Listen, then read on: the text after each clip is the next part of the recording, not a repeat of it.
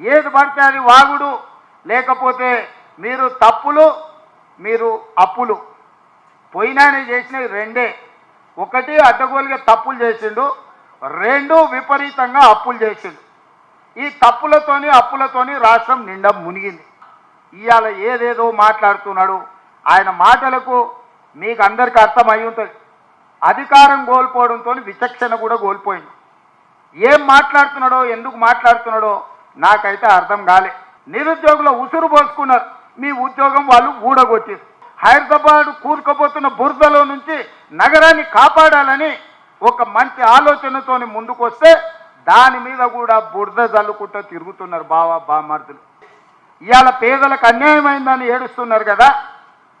ఈ తెలంగాణ రాష్ట్రాన్ని దోసుకున్న నిధులు మీ పార్టీ ఖాతాలో 1500 కోట్లు ఉన్నాయి. ఒక 500 కోట్లు తీసి ఆ మూసీలో మునిగిపోయిన వాళ్ళకి పంచిపెట్టండి. మీకు అధికారంలోకి రాకంటే ముందు తొడుక్కోవడానికి చెప్పులు కూడా లేవు కదా. ఈరోజు 1500 కోట్ల రూపాయలు మీ పార్టీ ఖాతాలో ఉన్నాయి. 500 కోట్ల రూపాయలు మీ పార్టీ ఖాతాలో నుంచి తీసి వాళ్ళకి పంచి పెట్టండి. ఈ ప్రభుత్వం సిద్ధంగా ఉంది వినడానికి. హైడ్రా గురించి అసెంబ్లీలో చర్చ పెట్టినప్పుడు పారిపోయింది, మాట్లాడలేదు. హైడ్రా మీద అసెంబ్లీలో చర్చ జరగలేదా? ఆ రోజు మీరు సూచన చేసి ఉంటే ఈరోజు మీరు అడ్డగోలుగా మాట్లాడాల్సిన అవకాశమే లేకపోతుండే కదా. ఈరోజు పేదలకు ఏం చేద్దామో చెప్పండి. 12,000 మంది బఫర్ జోన్లో, లేకపోతే నదీ బెడ్డులో, మూసి పరివాహక ప్రాంతంలో ఉంటే 15,000 డబల్ బెడ్రూమ్ ఇండ్లు ఇవాళ మనం కేటాయించడానికి నేను ఆదేశాలు ఇచ్చిన. మూసి మురికిలో దోమలతోని, కలుషితమైన నీళ్లతోని అక్కడ బతకలేని శవాలుగా, జీవోత్సవాలుగా ఉన్న పేదవాళ్లకు ఆత్మగౌరవంతో బ్రతకడానికి ఇల్లు ఇచ్చి, ఇంటి ఖర్చులకు 25,000 ఇచ్చి, మా అధికారులు అక్కడ ఉండి వాళ్ళని ఇంటి దగ్గర దిగబెడుతుంటే అభినందించాల్సింది పోయి అన్యాయంగా మాట్లాడుతున్నారు. డబుల్ బెడ్రూమ్ ఇల్లు కంటే ప్రత్యామ్నాయం ఏముందో చెప్పండి. చేతనైతే రాండి, అఖిలపక్ష సమావేశాన్ని పిలుస్తాం, మీరు రాండి, ఏం చేయాలో చెప్పండి. మీరు మాత్రం ఫామ్ హౌస్లో ఉండాలి. మీ ఫామ్ హౌస్లను కాపాడుకోవడానికే కదా ఇవాళ వీళ్ళను ముసుగు తొడుక్కొని రక్షణ కవచంగా పెట్టుకొని పేదోళ్ళని పెట్టి కూలగొట్టొద్దు అంటారు. ఇవాళ ఇన్ని మాట్లాడుతున్న కేసీఆర్ జన్వాడలో నీకున్న ఫామ్ హౌస్ అక్రమ నిర్మాణం కాదా, అది కూలగొట్టాలనా వద్దా నువ్వు చెప్పు. హరీష్ రావు అజీజ్ నగర్లో నీకున్న ఫామ్ హౌస్ అక్రమమా కాదా, దాన్ని కూలగొట్టాలనా వద్దా చెప్పు. సబితమ్మ, నీ 3 కొడుకుల పేర్ల మీద 3 ఫామ్ హౌసులు కట్టినావు కదా. నువ్వు సబితమ్మ లేక పేద అరుపులు అరవకమ్మా, నీకున్న ఫామ్ హౌసులు కూడా లెక్కలు ఉన్నాయి. కూలగొట్టాలనా లేదా సబితమ్మ, నువ్వు సలహా చెప్పు.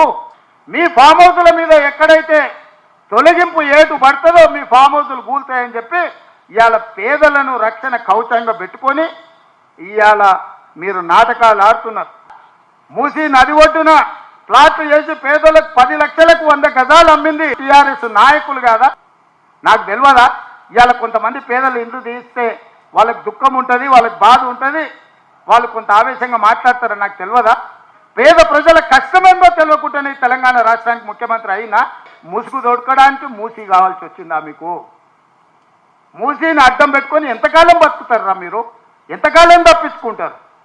వారం రోజులు, 10 రోజులు, 15 రోజులు, నెల రోజులు అయినా వదల మీ భర్త మీరు అనుకుంటూనే ఒక్కనొక్కని చింతపని చేస్తా.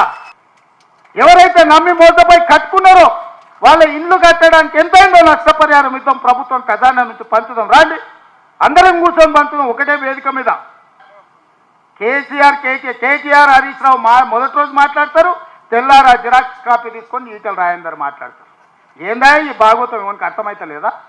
10 ఏళ్ళు వాళ్ళతో మంత్రుండి నువ్వేం వెలుగబెట్టినో తెలంగాణ సమాజం గమనిస్తలేదా? గౌరవం పెట్టుకోండి రాజేందర్ గారు. మీరు మిమ్మల్ని గౌరవించాలనే మేము అనుకుంటున్నాం, కానీ మీరు ఆ గౌరవం నిలబెట్టుకునే పరిస్థితి లేదు. మీరు పార్టీ మారిండ్రు, వేరే పార్టీ ఎంపైండ్రు, కానీ పాత వాసన మాత్రం మీకు పోతలేదు. ఆ గత్తర వాసన అట్లనే మీతో కొడుతుంది, గత్తు వాసన.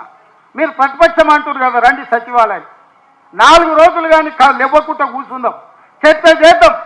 ఈ ప్రభుత్వం సిద్ధంగా ఉంది. ఏ పేదవాడి కన్నీళ్లు మేము చూడదలుచుకోలేదు.